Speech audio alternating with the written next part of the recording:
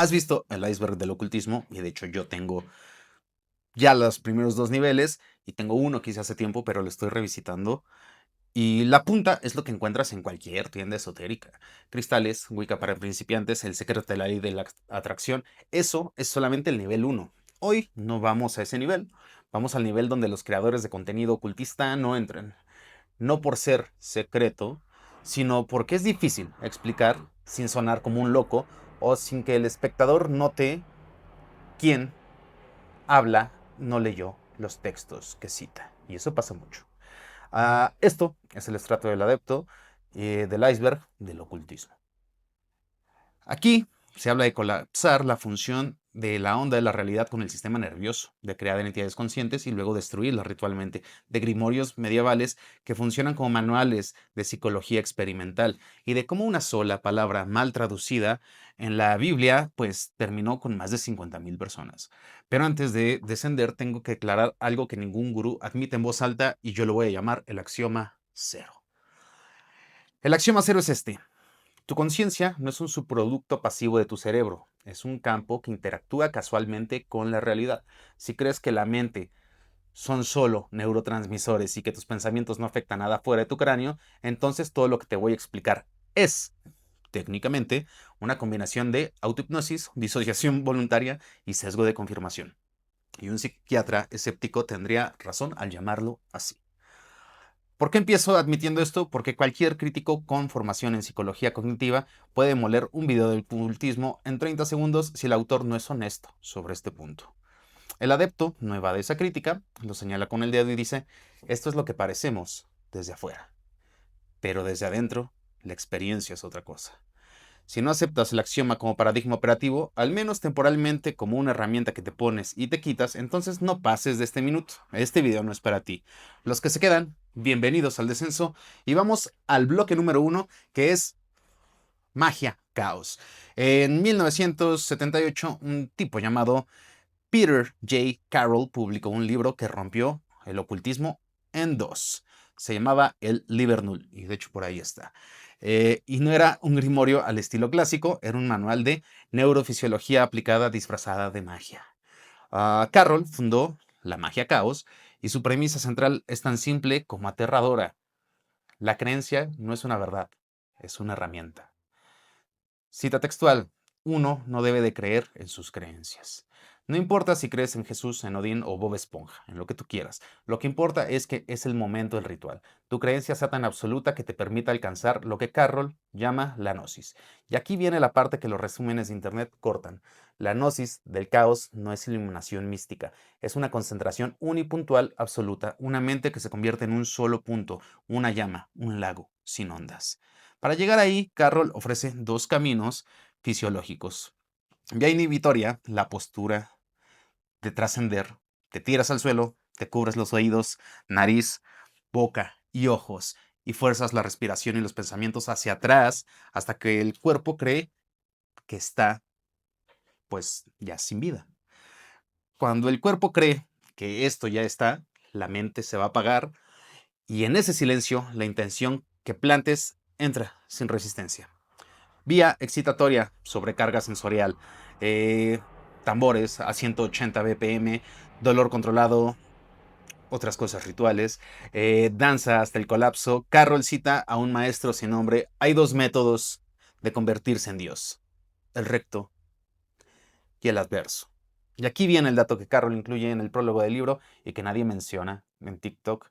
Este libro contiene rituales poderosos, deben ser realizados por lectores que gozan de buena salud. Si sufres de una enfermedad cardíaca, epilepsia o cualquier enfermedad crónica, no uses este material. Carroll sabía que sus técnicas podían mandarte fuera del lobby. Ahora bien, Carroll tiene un enemigo que ni siquiera sabe que lo es. Y es Guter Hanegraaff. Es el historiador del esoterismo más importante del mundo en actividad. Su postura es el agnosticismo metodológico. Estudia textos, tradiciones, rupturas históricas, pero no opina sobre si la magia funciona. Para Hanegraaff, Carroll es un producto de su época, un mago que leyó mal la física cuántica, la mezcló con Crowley y creó un sistema que la academia clasifica como rejected knowledge, conocimiento que la ciencia oficial rechaza. no es necesariamente porque sea falso, sino porque no encaja en sus categorías. Carroll le respondía a Hanegraaff: se pasa la vida en archivos, yo me paso la vida haciendo. Y mis rituales han mandado a gente a urgencias. Esa es la guerra que nadie te cuenta, el académico que describe el mapa y el mago que camina el territorio minado. Vamos con los servitors y los tulpas. Si la gnosis es el motor, los servitors son los vehículos. En la magia del caos, el servitor es un fragmento de tu subconsciente que externalizas, programas y sueltas. Le das forma, nombre y una tarea específica. Le das temporizador de autodestrucción, lo cargas con gnosis y lo liberas. Es literalmente un software mental. Un robot psíquico construido desde tu propia psique. Pero hay una distinción técnica que puede salvarte la cordura. Un servitor no es un tulpa. Un tulpa es lo que pasa cuando creas una entidad y en lugar de programarle fecha de caducidad, le das permiso de desarrollador, sentencia, personalidad y libre albedrío. El concepto viene del misticismo tibetano, donde crear un tulpa era la prueba definitiva de que la realidad es una proyección de la mente. En Internet, hoy hay comunidades enteras de tulpamantes, gente que reporta que sus creaciones hablan, opinan, sienten y en casos de estrés extremo toman el control. La psiquiatría del siglo XXI no tiene categoría diagnóstica para esto, no es esquizofrenia, no hay alucinaciones sensoriales, no es trastorno de identidad disociativo clásico, no hay amnesia entre estados. Es algo generado voluntariamente que se parece sospechosamente a la disociación instrumentalizada. Y aquí está el punto ciego que el ocultismo pop nunca toca. ¿En qué momento un adepto deja de ser un mago y se convierte en un paciente con disociación de alto funcionamiento? La respuesta del estrato adepto es brutalmente honesta. La línea no existe, objetivamente, la pones. La única medida de seguridad es el protocolo de reintegración. Cada servitor que tú creas debe tener un ritual de disolución. Cada fragmento que externalizas debe de ser reabsorbido. Si no tienes eso, no eres mago del caos. Eres un golem esperando que su propia sombra se revele. Vamos con la magia gris.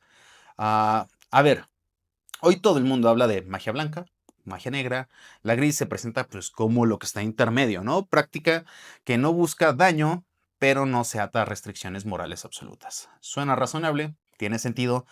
Hay un solo problema y es que no es histórica.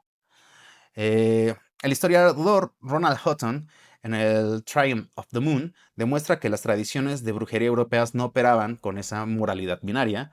El curandero del pueblo maldecía al vecino que le robaba las gallinas y sanaba al hijo del panadero en la misma semana. No existía la categoría gris, existía la necesidad, el poder y la reputación. La magia gris es una construcción del siglo XX. Le inventó el ocultismo moderno porque necesitaba una etiqueta para practicantes que no querían ser juzgados ni como santos ni como villanos. Y aquí está la paradoja que me parece fascinante. La magia gris es una mentira histórica, pero precisamente porque es una construcción autoconsciente, es más operativa que cualquier tradición antigua mal entendida. El practicante gris sabe que su ética es suya, no del universo, no de ninguna ley cósmica. Cada acto mágico es una decisión personal. Anne Finning lo señala con precisión. Muchos practicantes de magia gris usan el término por su vaguedad para evitar tener que considerar cuestiones éticas. Lo cual nos lleva a la pregunta que esta categoría esconde. Si eres tú quien define qué debe de hacerse, ¿qué te diferencia de alguien que simplemente hace lo que quiere con mejor narrativa? La magia gris es el individualismo ético llevado a su extremo mágico. Úsala cuando sabes qué es. Christian Witchcraft o pues la brujería cristiana, básicamente. A ver, hablemos del elefante en la sacristía. La oración cristiana de petición técnicamente es un ritual mágico completo, tiene intención clara, pides algo específico, tiene ritual, tiene momentos, posturas, condiciones, tiene materiales, velas, incienso, agua bendita, hostias, tiene invocación en el nombre de Jesús y tiene expectativa de resultado. Marcos 11:24. Todo lo que pidáis orando, creed que ya lo habéis recibido y lo tendréis. ¿Le suena? ¿Te suena? Ese es literalmente el principio de creencia como herramienta que Peter J. Carroll nos dio. visualización creativa con 2000 años de antigüedad y patrocinio papal. Por ejemplo, más brutal es el exorcismo. El exorcista católico hace exactamente lo mismo que un mago ceremonial, que invoca y expulsa entidades, identifica al espíritu, diagnóstico, eso es adivinación, usa nombres de poder, arcángeles, Jesús, María, eso es una invocación, usa agua bendita, incienso, crucifijo, herramientas mágicas, ordena al ente que se vaya, compulsión mágica, cierra con bendición, sello de protección. El ritual romano del exorcismo, actualizado en 1999, de Exorcismis et Supplicationibus Quidbusdam, es, en esencia, un grimorio aprobado por el Vaticano. Y hay un dato que la Iglesia de Inglaterra publicó en 1978 y que casi nadie conoce. Admitió oficialmente que el exorcismo es una práctica cristiana legítima, pero peligrosa. El peligro no es teológico, es psicológico. Los exorcistas reportaban síntomas de TEPT, depresión y crisis de fe.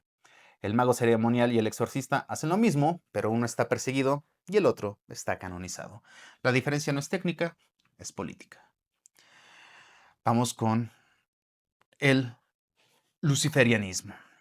Y algo que el Internet confunde constantemente, el luciferianismo no es lo mismo que el satanismo. El satanismo lavellano usa a Satanás como símbolo de rebeldía e individualismo. El luciferianismo usa a Lucifer como símbolo de otra cosa, iluminación. Literalmente, lux ferre, en latín, portador de luz, el nombre aparece en la Vulgata de Isaías refiriéndose al rey babilónico caído, una metáfora política que la teología cristiana convirtió en un nombre propio del diablo. El luciferianismo moderno hace una operación elegante, toma la figura que la iglesia demonizó y la recontextualiza como arquetipo de conocimiento, autonomía y pensamiento crítico. No la adora, la usa como espejo. Y aquí viene la paradoja que casi nadie señala. Los valores del luciferianismo, conocimiento, autonomía, cuestionamiento de la autoridad, son exactamente los mismos valores de la Ilustración europea. Voltaire lideró la Revolución Francesa. El luciferianismo es la Ilustración con estética oscura. La diferencia es que este sabe que esos valores son revolucionarios y peligrosos, mientras que la sociedad occidental ha normalizado hasta volverlos papel pintado. Y la paradoja mayor del sistema, si aplicas sus principios hasta el final, eventualmente tienes que cuestionar, pues, el mismo luciferianismo. Un sistema diseñado para ser trascendido, no adorado. Vamos con geometría sagrada, y es uno de los conceptos que el New Age ha triturado hasta convertirlo en pósteres de dormitorios universitarios. En este estrato del adepto, la geometría no es decoración, es un lenguaje operativo. El pentagrama, cada punta representa un elemento clásico. Su trazado continuo simboliza la interdependencia de esos elementos en un microcosmos que es simultáneamente el cuerpo humano y el universo, la quinta esencia. El hexagrama, unión de opuestos, masculino y femenino, activo y receptivo, material y espiritual. Por ejemplo, lo más interesante de la geometría operativa es la Monas jeroglífica de John Dee, publicada en 1564. Dee era mago de la corte isabelina. Este glifo, un símbolo que contiene codificados al sol, luna, Aries y el fuego, no era decorativo. Dee creía que meditar sobre este símbolo transformaba la mente del operador en un vehículo de percepción extrasensorial. La realeza isabelina le pagó por ese conocimiento. Dee murió en la pobreza acusado de necromancia. Y ahora, la convergencia que incomoda. La física moderna, con sus espacios de Calabi-Yau y sus simetrías subyacentes, han descubierto que la realidad tiene una estructura geométrica profunda. El físico cuántico y el mago hermético están mirando el mismo fenómeno. Donde el físico dice, estos son matemáticas descriptivas, el mago dice, esto es un lenguaje que puedo hablar. ¿Es pseudociencia? Sí, si afirmas que el pentagrama es una teoría física. ¿Es falso? No necesariamente, si entiendes que la geometría sagrada es una interfaz simbólica para interactuar con patrones reales. La ciencia describe la estructura, la magia convierte en ritual. Son dos softwares distintos corriendo en el mismo hardware. Hermetismo. En 1463, Marsilio Ficino interrumpió su traducción de Platón. Lorenzo de Medici le ordenó detenerse y traducir primero unos textos greco-egipcios recién llegados a Florencia que los consideraban más urgentes que Platón. Y este era el Corpus Hermeticum. La lectura tradicional lo presenta como filosofía, como es arriba, es abajo. La correspondencia entre macrocosmos y microcosmos. Pero, otra vez, Wouter Hanegraaff, el historiador más importante del esoterismo occidental, propone en su trabajo del 2022 una reinterpretación que la academia aún no sabe cómo procesar. El Corpus Hermeticum no es filosofía, es el manual de una práctica espiritual viva.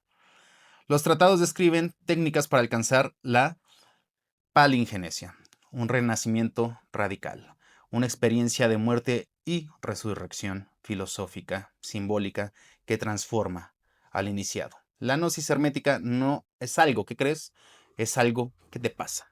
Y cuando te pasas, no eres la misma persona. El texto más influyente del esoterismo occidental ha sido estudiado durante siglos como filosofía porque la academia no tiene categoría para el Manual de Alteración de la Conciencia del siglo II después de Cristo. Y Ficino lo tradujo antes que Platón porque Lorenzo de Medici intuía que era algo diferente. En 1614, el filólogo Isaac Casaubon demostró que el corpus no era antiguo, era del siglo II-III. El hermetismo histórico colapsó, pero el hermetismo operativo continuó, porque sus practicantes nunca dependieron de su antigüedad, dependían de su eficacia. Vamos a hablar ahora de la Cábala hermética. Hace sangrar los ojos a un estudioso judío ortodoxo y es precisamente por eso que es interesante. La Cábala judía es un sistema teológico y místico. El árbol de la vida representa las emanaciones divinas. Es un mapa de la relación entre lo infinito y lo creado, su práctica, estudio contemplativo y vida ética. La Cábala hermética, con Q, surgió en el Renacimiento cuando ocultistas tomaron esa estructura y la fusionaron con astrología, alquimia y simbolismo egipcio. El resultado fue un híbrido. Para el hermetista, el árbol de la vida no es teología, es un mapa cognitivo. Cada sefira es un estado de conciencia que puedes activar mediante visualización ritual. La polaridad que en la cábala judía es condición de emanación divina. En la cábala con Q, hermética, se convierte en mecanismo de transformación psicológica. Gershom Shloem, fundador del estudio académico de la cábala, habría llamado a esto un sincretismo degenerado. Tiene razón técnicamente porque es una apropiación cultural, pero aquí la paradoja que ningún puritano quiere admitir. Para el practicante occidental moderno, la cábala hermética es más operativa que la cábala judía original. No requiere ser judío, no requieres estudiar hebreo, integra sistemas que el practicante occidental ya conoce. La pureza es estéril, la hibridación es fértil y siempre lo ha sido. Vamos con la necromancia. La más temida, la más prohibida y la peor comprendida de todas las prácticas. Empecemos por lo básico, la etimología. Eh, necromanteia del griego, necros, dead, y manteia, adivinación. Adivinación invocando a los que ya no están. No es magia de ellos. En abstracto, es un protocolo técnico específico. El primer manual de necromancia de la historia está en la Odisea. Circe instruyó a Odiseo, cava una fosa, enciende fuego, eh, termina con estos animales, prepara una libación de lo que ellos sueltan para que los fantasmas beban. Recita las oraciones correctas, un paso a paso.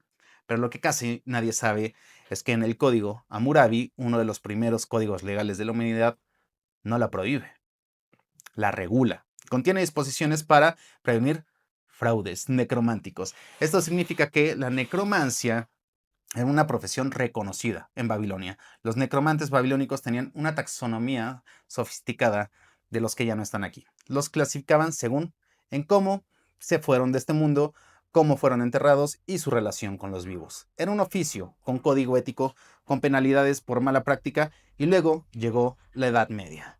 El historiador Richard Kirchheffer acuñó el término magia erudita para escribir la necromancia medieval. ¿Por qué erudita? Porque los necromantes no eran herejes despeinados en cuevas, eran clérigos, sacerdotes con formación universitaria que aplicaban la magia el mismo rigor que a la teología y a la filosofía natural. Los grimorios medievales, como el de Múnich, de magia demónica, contienen instrucciones detalladas para invocar espíritus, pronunciando pronunciaciones correctas de encantamientos en múltiples idiomas y, lo más revelador, guías de solución a ciertos problemas. Si el espíritu no aparece, el grimorio te dice qué ajustar. Si el espíritu aparece pero no habla, hay otro protocolo.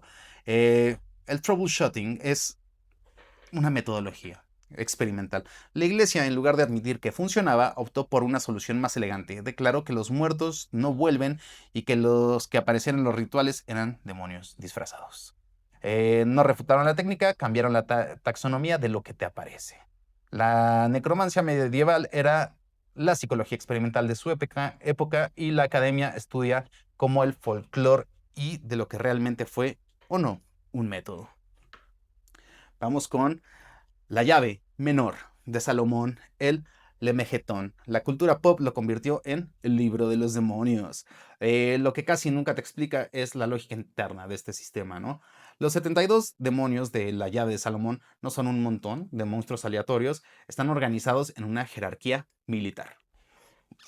Reyes, duques, príncipes, marqueses, condes, caballeros, presidentes, cada uno con un número de legiones subordinadas, cada uno con un sello, una firma energética, que el mago debe de portar durante la invocación, cada uno con habilidades específicas que concede. Ejemplo técnico, Samijina, el cuarto espíritu, Gran Marqués, aparece en forma de caballo o de asno, luego adopta una forma humana si se le pide y enseña todas las ciencias liberales. Puede dar cuenta de las almas que trascendieron en pecado. Es literalmente un banco de datos del inframundo. Pero aquí está la paradoja que vuelve loco a cualquier teólogo. El mago salomónico no adora a estos, negocia con estos demonios. Los obliga, los compele usando nombres divinos. Los demonios obedecen porque, según la teología del Grimorio, están bajo la autoridad de Dios. El mago salomónico no es un hereje, es un técnico.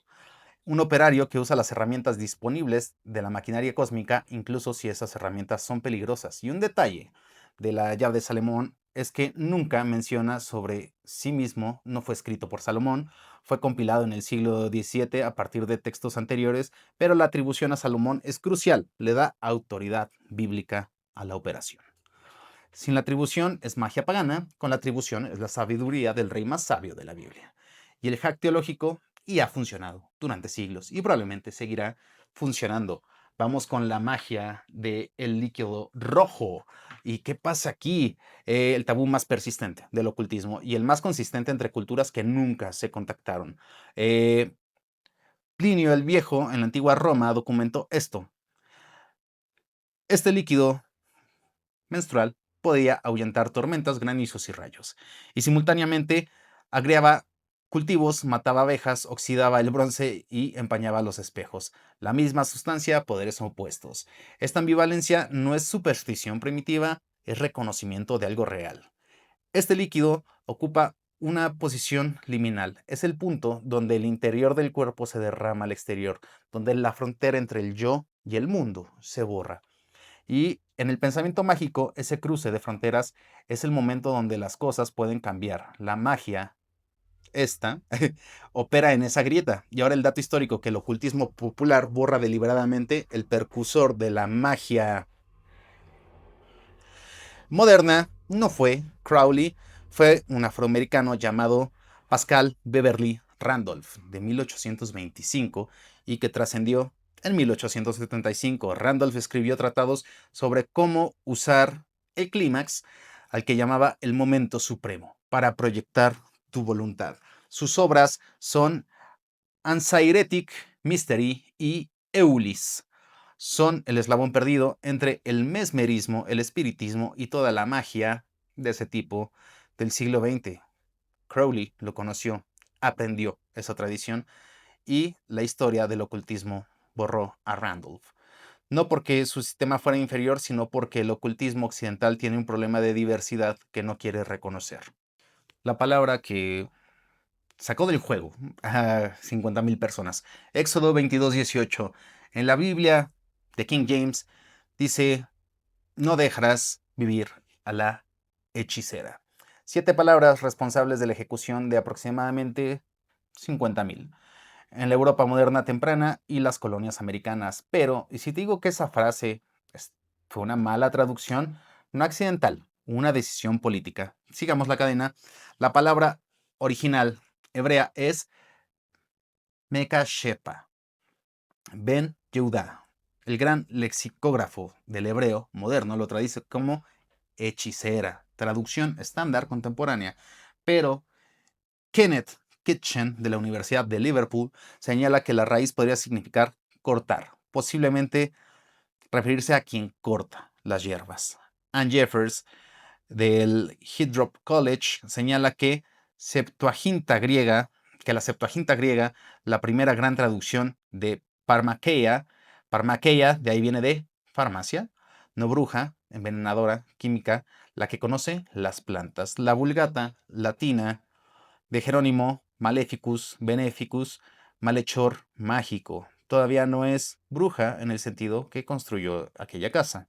En 1563, en plena fiebre de caza de brujas, un médico llamado Johann Weyer publicó De Prestigis Demonum.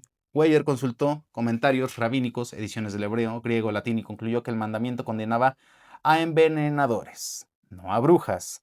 Él lo dijo en el siglo XVI en voz alta. Nadie lo escuchó. ¿Por qué? En 1611, la Biblia del rey Jaime James tradujo Mekashepa como witch, y esa Biblia fue patrocinada por el rey Jaime I, el mismo que en 1597 había descrito Demonology, un tratado defendiendo la necesidad de perseguir a las brujas. Los traductores de la King James no eran académicos neutros, eran propagandistas de una ideología para perseguir. Y esta traducción no fue un error, fue un acto político. Si Mekashepa significa herbolista, entonces la caza de brujas fue técnicamente una persecución de químicas. La bruja no era adoradora de Satanás, era una mujer que conocía las propiedades de las plantas, y la caza de brujas fue en esencia la guerra contra la medicina tradicional femenina. 50.000 fueron los que se despidieron. Seguimos citando esa traducción en la cultura popular sin preguntarnos por qué se decidió que herborista significaba bruja y por qué. Hay una pregunta que la teología cristiana nunca ha resuelto de forma limpia, y es que ¿se diferencian ontológicamente un ángel de un demonio? La respuesta obvia: los ángeles son buenos, los demonios son malos. Pero la respuesta es moral, no ontológica. No describe qué son, solo describe cómo se portan. En el hebreo bíblico original hay categorías separadas: los mal-akim, mensajeros, y shedim, bene, Elohim. En el periodo del segundo templo, textos como el libro de Enoch introdujeron la conexión entre demonios y espíritus de los Nephilim. Justin Martin, en el siglo II, fue más directo. La progenie de los ángeles caídos de Génesis 6 se convirtieron en demonios que se hacen pasar por dioses paganos. Pero el siglo V, ángeles caídos y demonios fueron unificados en una sola categoría de seres. La distinción no era ontológica, era relacional. Un demonio es un ángel que eligió no obedecer. Si la obediencia es la única diferencia, entonces la moralidad es arbitraria. Depende de quién dé las órdenes. El demonio no es malo, es desobediente. Y la desobediencia, según la tradición luciferiana, es el primer paso hacia la autonomía.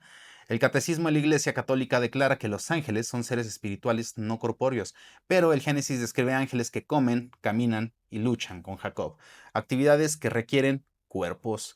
La Iglesia moderna construyó una teología de ángeles incorpóreos sobre un texto que describe ángeles con cuerpos. Es una traducción teológica de 2000 años y nadie le pone atención al titular.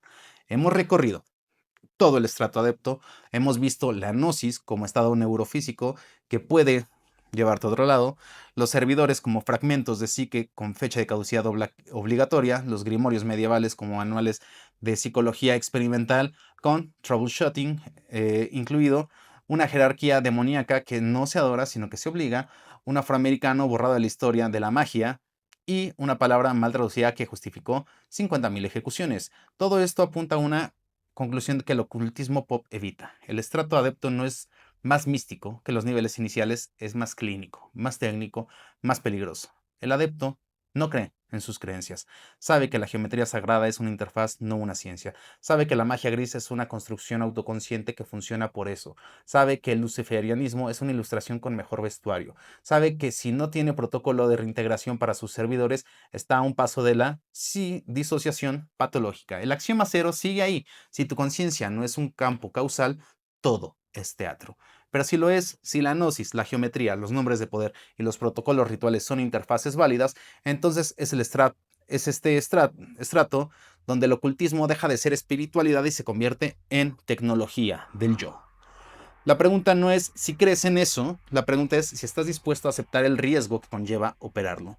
Porque a diferencia de la magia de tienda esotérica, esto sí tiene efectos secundarios y algunos de ellos no tienen marcha atrás. Esto ha sido el estrato de adepto del iceberg del ocultismo. Si llegaste hasta aquí, gracias por acompañarme y si alguno de tus servidores sigue activo después de ver este video, probablemente deberías de ocuparte de eso. Adiós.